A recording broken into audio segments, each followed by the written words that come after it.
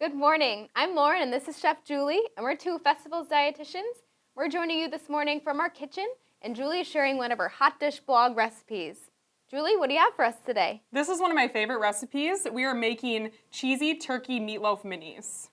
That is certainly a mouthful, but it sounds absolutely delicious. Everyone loves meatloaf, but what we're doing is we are going to add some cheese to it. Everyone loves cheese. Absolutely. And we're going to put them in some mini tins. So I have these right here.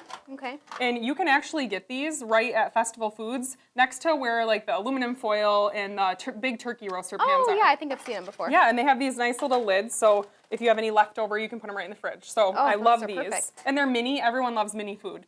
Definitely. So I'm going to set these here, and I'm going to show you what all we're going to put into our meatloaf. Sounds great. So we're starting with this ground turkey, and this is the extra lean. Okay. So could you use, I know at Festival I really love our turkey beef blend, which is, the half ground turkey and then half ground beef. Could you use that instead? You could. You could really substitute any ground meat in this recipe. So if you wanted to use the ground beef or even something fun like lamb or, something like that, you could use in this recipe. Awesome. Yeah. And the next thing we're going to use, we have some sauteed onions. And I like to saute them first so then they're not chunky or crunchy in the meatloaf. And sauteing them gives extra flavor. Oh, that's a great idea. Yeah, they look really nice and moist. So I'm going to add some of those. I'm not going to put quite all these, but I'm going to add a little bit of that. And then we have some grated Parmesan. So I'm going to add that in. That gives a nice little texture and a little bit of extra flavor to our meatloaf. Mm-hmm. So we have that. And then I'm just going to keep working my way around. This is my secret ingredient for meatloaf. And what is that? It is called Horseradish Mustard, and it's kind of a cross between Dijon and then horseradish. Interesting. I don't think I've ever seen that before at the store. Yeah, again, it's right with all the mustards, so it's just one of the varieties, and it has so much flavor. And the reason I love it in meatloaf is because it keeps it really moist. And that's definitely the goal with meatloaf. Yes, so we have this turkey that's pretty lean, so we want something like that in there. Yeah. For that extra flavor and that great texture and moistness. And then we have egg. So I whisk this just a little bit, but we have to have egg in our meatloaf. I've always wondered, what does the egg exactly do in a meatloaf recipe? It kind of acts as a binder, so it brings everything together and holds it together. Oh, that makes sense. So definitely need it. Yeah.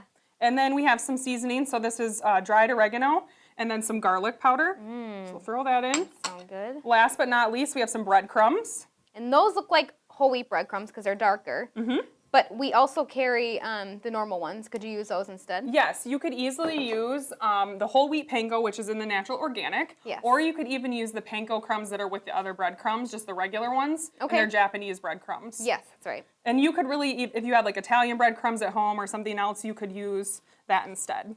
Sometimes I even like to make my own breadcrumbs out of, like if I have stale bread, I just put it in the food processor and make my own breadcrumbs. That's a good use for it. It is. You don't want to waste anything at home. No, definitely not. So you're just mixing this all up here. Yep. Everything gets mixed up together. And Yep. That's what's easy about meatloaf is you just throw it all in. So we're going to go ahead and make sure that's all combined.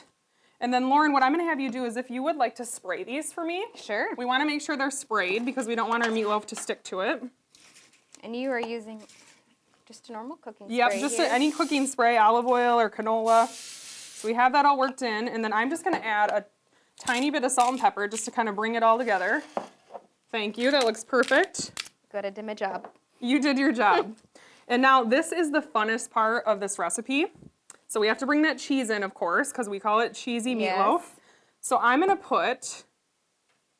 fill this about halfway, maybe a little bit more here. Mm-hmm. And then I'm going to go ahead and put some cheese right in the middle, like that. Because then, when they bite into it, there's going to be a cheesy surprise in the center. Oh, I love that.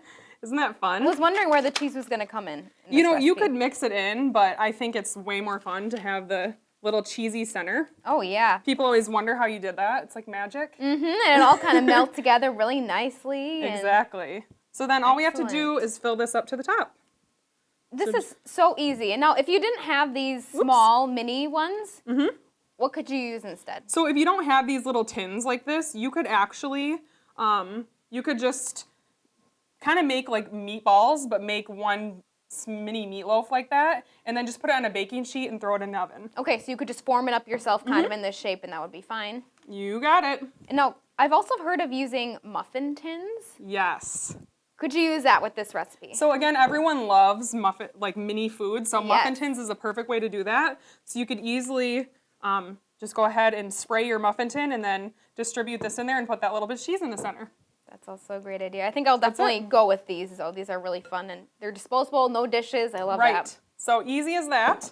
And then we're just going to go ahead and put these in the oven. They have to go at 425 for 25 minutes. Oh, that's not too long at all. Yeah, so I'm going to stick that in the oven. Excellent. Looks like my potatoes are getting ready for our side dish there. Yummy. So this is it. This is everything. The meatloaf came together perfectly.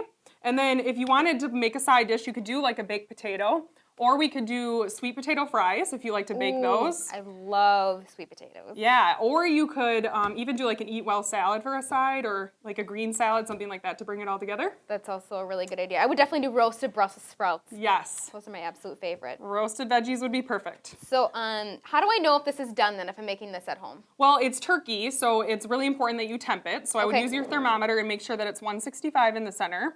The other nice way to tell if it's done is it starts to kind of pull away from the edges. Okay. So you can tell that it's all coming together and done. But I really want you to give that a try and tell me what you think. Absolutely. I'm digging right in. I gotta get some ketchup. Yes, you need some of that ketchup on there. Oh my gosh, that is delicious. And it's really moist too. I was expecting with turkey sometimes. The misconception is that it can be kind of dry, but we got the cheese in there, we got the ketchup on top. Right. That's delicious. Yeah, so you could just put the ketchup on before you bake it, or you could add it on at the end. Either way. Love it. If you like this recipe, you can head to our website at festfoods.com and click on the health and wellness link and just look for Julie's blog, The Hot Dish. So Lauren, are you going to share that with me? No way. Back to you. Oh, we're getting a little close.